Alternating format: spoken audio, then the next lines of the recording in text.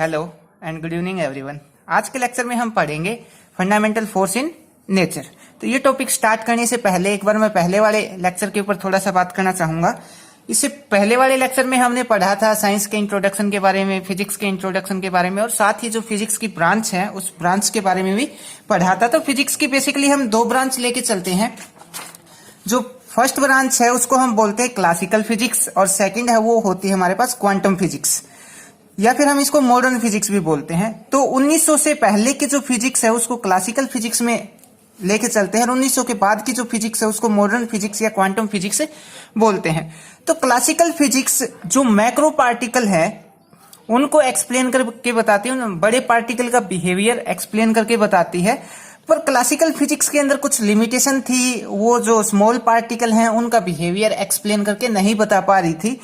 तो small particle का behaviour explain करने के लिए हमें एक नई मैकेनिक्स की जरूरत पड़ी, फिजिक्स की एक नई ब्रांच की जरूरत पड़ी, जिसको हम बोलते हैं क्वांटम फिजिक्स। तो क्वांटम फिजिक्स क्या बताती है? क्वांटम फिजिक्स बताती है जो हमारे पास माइक्रो पार्टिकल है, लाइक इलेक्ट्रॉन है, प्रोटॉन है, न्यूट्रॉन है, या फिर इससे भी छोटे पार्टिकल हैं, उन पार्टिकल का बिहेवियर एक्सप्लेन करके बताती है। और साथ ही जो क्लासिकल फिजिक्स है इसको न्यूटोनियन फिजिक्स भी हम बोलते हैं, क्योंकि ये कंप्लीट न्यूटन्स के लॉ के ऊपर बेस होती है। साथ ही एक प्रॉब्लम और थी जिसको ये क्लासिकल फिजिक्स और क्वांटम फिजिक्स दोनों ही एक्सप्लेन करके नहीं बता रही थी। वो प्रॉब्लम ये थी, अगर कोई पार्टिकल लाइट की स्पीड से मूव कर रहा है, लाइट की स्पीड इंटू क्या होती है 3 × 10⁸ मीटर पर सेकेंड। अगर कोई पार्टिकल इतनी स्पीड से ट्रेवल कर रहा है तो उसको ना तो क्लासिकल फिजिक्स एक्सप्लेन करके बता रही थी, ना ही क्वांटम फिजिक्स एक्सप्लेन करके बता पा रही थी। तो इसके लिए हमें एक नई ब्रांच की जरूरत पड़ी जिसको हम बोलते हैं थ्योरी ऑफ रिलेटिविटी। तो बेसिकली हमने यहाँ पे फिजिक्स की 3 ब्रांच देखी, क्लासिकल फिजिक्स, क्वांटम फिजिक्स और थ्योरी ऑफ रिलेटिविटी। तो अब बात करते हैं हम किसके ऊपर? फंडामेंटल फोर्स इन नेचर के ऊपर। तो बेसिकली सबसे पहले हम इसका मतलब ही समझते हैं, क्या मतलब होता है। फंडामेंटल फोर्स का मतलब होता है, अब मैं पूरे यूनिवर्स में कहीं पे भी चला जाऊं, धरती पे, मंगल ग्रह पे, या किसी और गैलेक्सी में कहीं पे भी चला जाऊं, ये फंडामेंटल फोर्स हर जगह पे लगेंगे।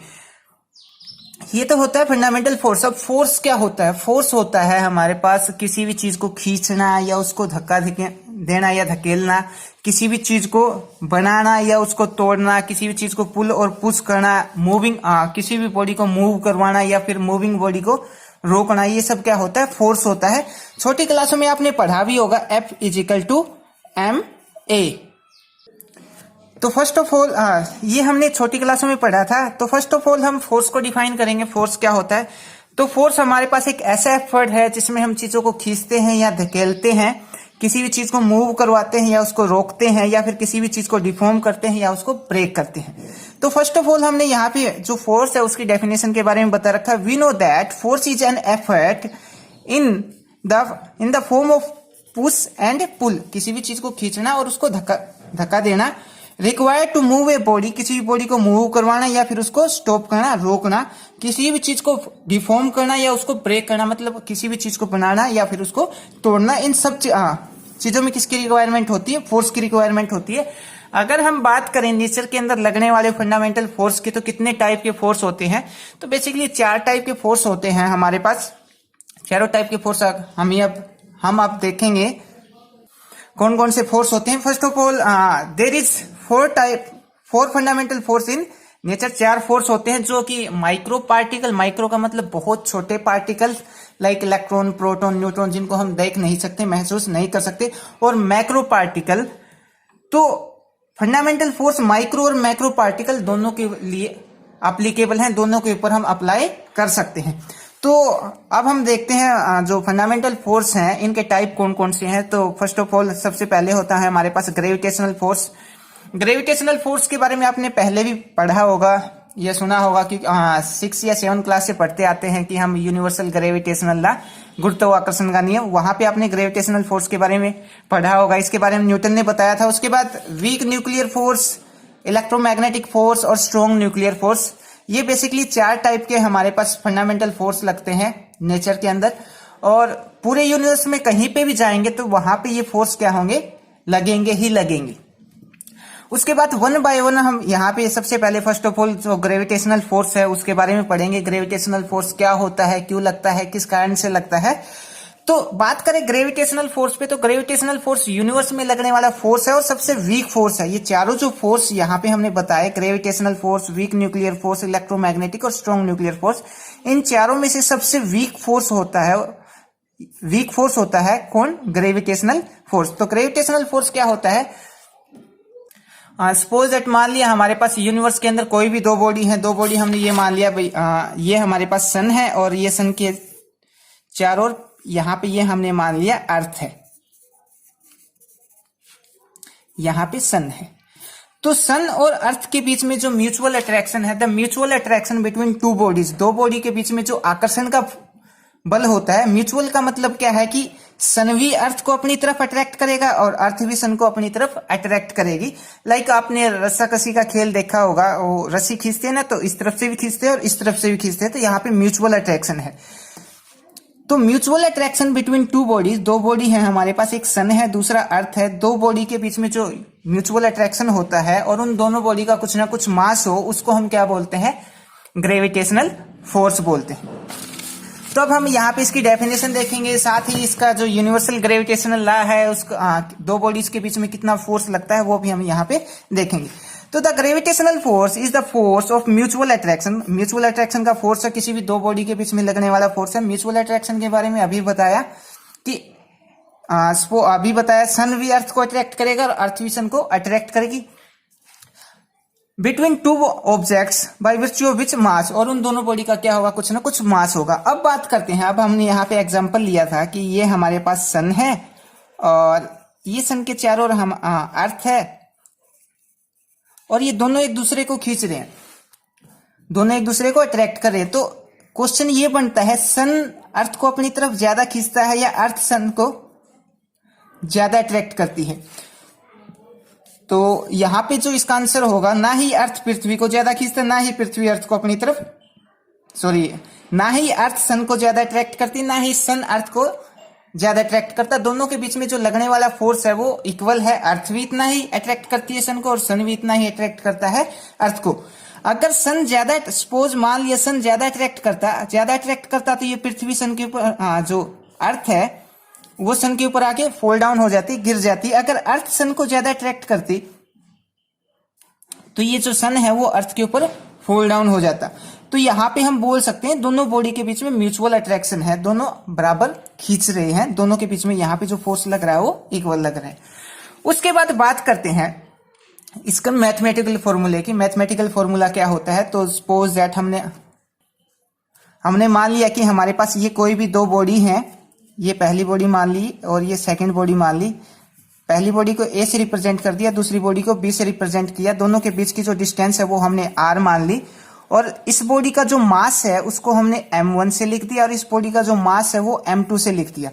अब मास क्या होता है? मास होता है किसी भी बॉडी के अंदर पदार्थ की कितनी मात्रा है, quantity of a matter present in body. किसी भी बॉडी के अंदर पदार्थ की मात्रा कितनी है उसको हम क्या बोलते हैं? मास बोलते हैं। तो अब हम यहाँ पे देखेंगे इन दोनों बॉडी के बीच में जो लगने वाला फोर्स है वो कितना होगा। तो फोर्स होगा, यहाँ पे एक बार मैं लिख देता हूं, बाद में समझाता हूं। Force is directly proportional to product of their masses. पहली बॉडी का मास क्या है? m1 और दूसरी बॉडी का मास कितना है? m2। इन दोनों का प्रोडक्ट। और सेकंड क्या होगा? इसको इक्वेशन नंबर 1 बोलते हैं। सेकंड होगा force is inversely proportional 1/r²। Force is inversely proportional square of the distance between them. Means इन दोनों बॉडी के बीच की जो डिस्टेंस है, सेपरेशन है, उसका स्क्वायर करेंगे, उसके फोर्स इनवर्सली प्रोपोर्शनल होगा। अब इसको बोल देते हैं इक्वेशन नंबर 2। अब इन दोनों चीजों को समझते हैं कि फोर्स डायरेक्टली प्रोपोर्शनल मास के कैसे है। तो ये आपको मैं एक एग्जांपल से बताता हूं। सपोज दैट हमारे पास ये एक ब्रिक है, ईंट है, और ये हमने थोड़ा सा ईंट से बड़ा पत्थर मान लिया और ये और बड़ा पत्थर माना और यहाँ पे हमने एक मान ली दीवार। तो अगर मैं इस बॉडी को यहां से मूव करवाना चाहूं, सपोज दैट ये पेंसिल है, इस पेंसिल को मोशन करवाने के लिए कितना फोर्स लगाने की जरूरत है? अगर मैं इसको थोड़ा सा भी फोर्स लगाऊंगा तो ये बॉडी मूव करना क्या कर देगी? स्टार्ट कर देगी। मींस अगर इस बॉडी का मास कम है तो बहुत कम फोर्स से ये इजीली मूव करना स्टार्ट कर देगी। मास कम है तो फोर्स भी क्या होगा, कम होगा। दूसरा बात करते हैं और बड़े पत्थर की, इसका मास क्या है, और ज्यादा है। मान लिया ये 1 kg का था, ये 2 kg का है, तो इसको हिलाने के लिए और ज्यादा फोर्स लगाना पड़ेगा। जैसे जैसे मास बढ़ता जाएगा वैसे वैसे फोर्स भी बढ़ेगा। तो यहाँ पे हमने बोला है force is directly proportional. Directly proportional का मतलब होता है कि अगर एक चीज बढ़ेगी तो दूसरी चीज भी बढ़ेगी। अगर एक बंदा हंसेगा तो दूसरा भी हंसेगा, अगर एक रोया तो दूसरा भी रोएगा। तो force is directly proportional product of there masses. I hope आपको ये समझ में आ गया होगा। दूसरा जो है फोर्स इज इनवर्सली प्रोपोर्शनल। अब इनवर्सली प्रोपोर्शनल का मतलब क्या होता है, अगर एक बंदे की फोर्स की वैल्यू बढ़ेगी तो जो डिस्टेंस है वो क्या हो जाएगी, कम हो जाएगी। अगर डिस्टेंस की वैल्यू बढ़ेगी तो फोर्स की वैल्यू क्या हो जाएगी, कम। मीन्स अगर एक हंस रहा है तो दूसरे वाला क्या करेगा, रोएगा। अब इस चीज को थोड़ा सा समझते, फोर्स इनवर्सली प्रोपोर्शनल कैसे है स्क्वायर ऑफ द डिस्टेंस की। तो सपोज दैट, मान लिया कि हमारे पास 2 मैग्नेट हैं, ये हमारे पास फर्स्ट मैग्नेट है और ये हमारे पास सेकंड मैग्नेट है। तो इन मैग्नेट की जो डिस्टेंस है वो क्या है, बहुत कम है। तो अगर डिस्टेंस कम है तो इनके बीच में जो अट्रैक्शन होगा वो क्या होगा, बहुत ज्यादा होगा। अब मैं इसकी जो डिस्टेंस है उसको थोड़ा सा ज्यादा कर दूंगा तो जो फोर्स है उसके अंदर थोड़ा सा चेंज आ जाएगा। अब उनके बीच में जो अट्रैक्शन है वो क्या हो जाएगा, बहुत कम हो जाएगा। थर्ड वाली में क्या करता हूं, जो डिस्टेंस है मैंने बहुत ज्यादा कर दी है। भाई एक मैग्नेट तो यहाँ है, दूसरी मैग्नेट कहीं उठा के मैं रेलवे ट्रैक के ऊपर रखा है बहुत दूर, तो अब डिस्टेंस क्या होगी, बहुत ज्यादा होगी। डिस्टेंस ज्यादा होगी तो अब उन दोनों मैग्नेट के बीच में जो फोर्स है वो क्या हो जाएगा, बहुत कम हो जाएगा। यहां पे डिस्टेंस कम थी तो फोर्स क्या था, बहुत ज्यादा था। जैसे जैसे हमने डिस्टेंस बढ़ाई तो फोर्स क्या हो गया, हमारे पास बहुत कम हो गया। तो यहां पे हम बोल सकते हैं force is inversely proportional square of the distance between them. अब ये भी फोर्स के डायरेक्टली प्रोपोर्शनल है, ये भी फोर्स के इनवर्सली प्रोपोर्शनल है। तो 1 और 2 इक्वेशन को अगर हम कंबाइन कर दें तो हमारे पास क्या आएगा, वेट ए मिनट। तो इक्वेशन नंबर 1 क्या थी हमारे पास, एक बार फिर से लिख रहा हूं, force is directly proportional m1 and m2 और force is inversely proportional square of the distance between them. इसको इक्वेशन 1 बोला था हमने, इसको इक्वेशन 2 बोला था। दोनों इक्वेशन को कंबाइन कर दो तो क्या आ जाएगा, force is directly proportional m1 m2 by r का स्क्वायर। कोई भी डायरेक्टली प्रोपोर्शनल रिप्लेस करते हैं तो इसकी जगह एक कांस्टेंट आता है जिसको हम स्थिरांक भी बोलते हैं। Force equal to g m1 m2 by r का स्क्वायर। g क्या है, यहाँ पे g कांस्टेंट है और इस कांस्टेंट का नाम है यूनिवर्सल ग्रेविटेशनल कांस्टेंट। तो यहाँ पे हमने बताया दिया जो g है उसका क्या नाम है, यूनिवर्सल ग्रेविटेशनल कांस्टेंट, और उसकी जो वैल्यू होती है वो क्या होती है, 6.67 इंटू 10⁻11 न्यूटन पर मीटर स्क्वायर और पर किलोग्राम स्क्वायर। फिजिक्स में आप एक चीज ध्यान रखना, अगर आप यूनिट नहीं लगाते हो तो you can loss your half credit, आपका आधा नंबर कट जाएगा एग्जाम के अंदर अगर आप किसी भी कांस्टेंट की यूनिट ना लगाओ या किसी भी फैक्टर की यूनिट ना लगाओ तो। उसके बाद अगर हम बात करें इसकी कुछ प्रॉपर्टी की, ग्रेविटेशनल फोर्स किस पार्टिकल के कारण लगता है, तो ग्रेविटेशनल फोर्स लगता है, हमारे पास एक पार्टिकल होता है ग्रेविटोन नाम का एक पार्टिकल होता है। ग्रेविटोन नाम का एक पार्टिकल होता है जिसके कारण ये फोर्स लगता है। और ये जो पार्टिकल है ये सिर्फ माना गया है कि ऐसा कोई पार्टिकल हो सकता है, या फिर ये बोल सकता हूं ये एक हाइपोथेटिकल पार्टिकल है, सिर्फ माना गया है। एक्सपेरिमेंटली अब तक इसको नहीं ढूंढा गया कि ग्रेविटोन नाम का भी कोई पार्टिकल होता है। उसके बाद बात करें इसकी प्रॉपर्टीज के ऊपर, तो जो ग्रेविटेशनल फोर्स है हमेशा अट्रैक्शन के ही फोर्स होंगे। मीन्स हमेशा एक बॉडी, दो बॉडी के बीच में हमेशा अट्रैक्शन ही होगा, ये नहीं है कि दो बॉडी के बीच में रिपल्सन होगा। तो पहली प्रॉपर्टी यही है, जो ग्रेविटेशनल फोर्स है हमेशा अट्रैक्शन का फोर्स है। दूसरी प्रॉपर्टी ये होगी, ये माइक्रोस्कोपिक और मैक्रोस्कोपिक दोनों ऑब्जेक्ट के ऊपर अप्लीकेबल होगी। तीसरी प्रॉपर्टी इसकी ये होगी कि ये नेचर में लगने वाला सबसे वीक फोर्स है। उसके बाद फोर्थ प्रॉपर्टी की बात करें तो फोर्थ प्रॉपर्टी होगी हमारे पास, ये बहुत लॉन्ग डिस्टेंस तक लगने वाला फोर्स है। लाइक इसके एग्जांपल के लिए अगर मैं बताऊं तो जैसे ये सन है और सन के चारों ओर जो अर्थ रोटेट करती है किसी भी ऑर्बिट में, तो सन और अर्थ के बीच में जो फोर्स लगता है उसको वो कौन सा फोर्स लगता है, ग्रेविटेशनल फोर्स। इस पॉइंट को आप थोड़ा सा ध्यान रखना, अभी इसके ऊपर बात करेंगे। और बात करूं तो जो ग्रेविटेशनल फोर्स है वो इनवर्स स्क्वायर लॉ को फॉलो करता है। इनवर्स स्क्वायर लॉ बोले तो इक्वेशन नंबर 2 हमने जो बोला था, जैसे जैसे डिस्टेंस बढ़ेगी वैसे वैसे फोर्स उन दोनों बॉडी के बीच में कम लगना शुरू हो जाएगा। और जो ग्रेविटेशनल फोर्स है वो कंजर्वेटिव फोर्स है। कंजर्वेटिव और नॉन कंजर्वेटिव जैसे जैसे हम आगे बढ़ते जाएंगे तो कंजर्वेटिव और नॉन कंजर्वेटिव के बारे में भी पढ़ेंगे। तो ये था हमारे पास यूनिवर्सल ग्रेविटेशन लॉ या फिर जो ग्रेविटेशनल फोर्स है उनके बारे में। ग्रेविटेशनल फोर्स कहाँ से आई? जो न्यूटन के द्वारा यूनिवर्सल ग्रेविटेशनल लॉ दिया गया था वहां से आए थे। तो ये तो था न्यूटन के द्वारा। अब बात करते हैं क्या ये लॉ सही है या फिर ये लॉ गलत है। तो अब बात करते हैं आइंस्टीन थ्योरी की। तो आइंस्टीन के अकॉर्डिंग आइंस्टीन ने क्या बताया था, जो यूनिवर्स के अंदर लाइट की स्पीड है वो सबसे ज्यादा है, तो 3 × 10⁸ मीटर पर सेकेंड लाइट की स्पीड है। तो आइंस्टीन ने बताने की कोशिश की, अगर सपोज दैट एक एग्जांपल से बताया कि ये सन है और ये अर्थ है। यहां पे अगर मान लिया सन खत्म हो जाए, सन डिस्ट्रॉय हो जाए, तो अर्थ पे कितने टाइम में पता लगेगा? तो according to Newton's gravitational law earth पे अगले ही सेकंड क्या हो जाएगा, पता लग जाएगा। क्योंकि जो ग्रेविटेशनल फोर्स है वो जस्ट इंस्टेंट ऑफ टाइम का फोर्स बता रखा था वहां पे।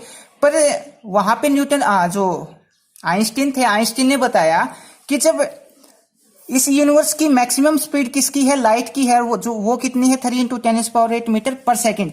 जब सूर्य का प्रकाश पृथ्वी तक आने में तकरीबन 8 या 8.25 मिनट ले लेता है, 8 मिनट तक ले लेता है, तो जस्ट इंस्टेंट कैसे पता लग सकता है कि अर्थ क्या हो गया, जो सन है वो डिस्ट्रॉय हो गया। तो इस एग्जांपल को यूज करके इस लॉ को गलत कर दिया गया था। हाँ भाई ये गलत है।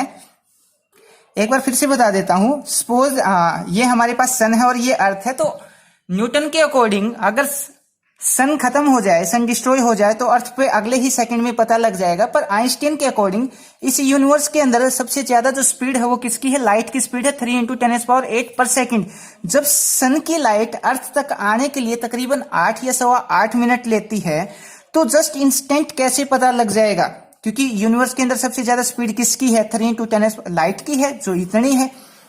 तो बाद में इस चीज को गलत कर दिया गया। अब ग्रेविटेशनल फोर्स तो लगता नहीं, अब लगता क्या है, बाद में इस चीज को आगे चल के एक्सप्लेन करके बताया गया कि आइंस्टीन ने बताया इसके बारे में कि ये क्राउड टाइम सरफेस होता है और सन इसके बीच में होता है और जितने भी ग्रह हैं उसके चारों ओर क्राउड सरफेस के अंदर मूव करते हैं। लाइक आप समझाने के लिए एक रुमाल लिया, उसके चारों कोने पकड़ लो, अच्छे से खींच लो और बीच में कोई भी एक हैवी बॉडी रख दो और वो थोड़ा सा क्या हो जाएगा, कर्व हो जाएगा। तो बीच में सन है और बाकी उसके चारों ओर क्या कर रही है, जो दूसरी बॉडी है वो उसके चारों ओर चक्कर लगाएंगे।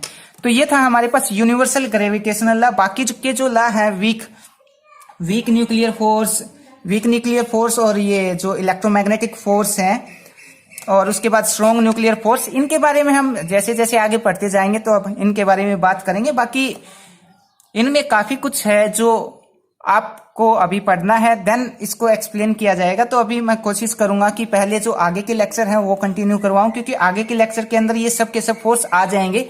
अगर अभी बताऊंगा मैं इन फोर्स को अभी समझाने की कोशिश करूंगा तो बहुत सारी चीजें पहले समझानी पड़ेंगी। ठीक है, जैसे हम बात करें वीक न्यूक्लियर फोर्स की, तो फर्स्ट ऑफ ऑल आपको न्यूक्लियर के बारे में बताना पड़ेगा। हालांकि न्यूक्लियर के बारे में आप थोड़ा बहुत जानते भी होंगे।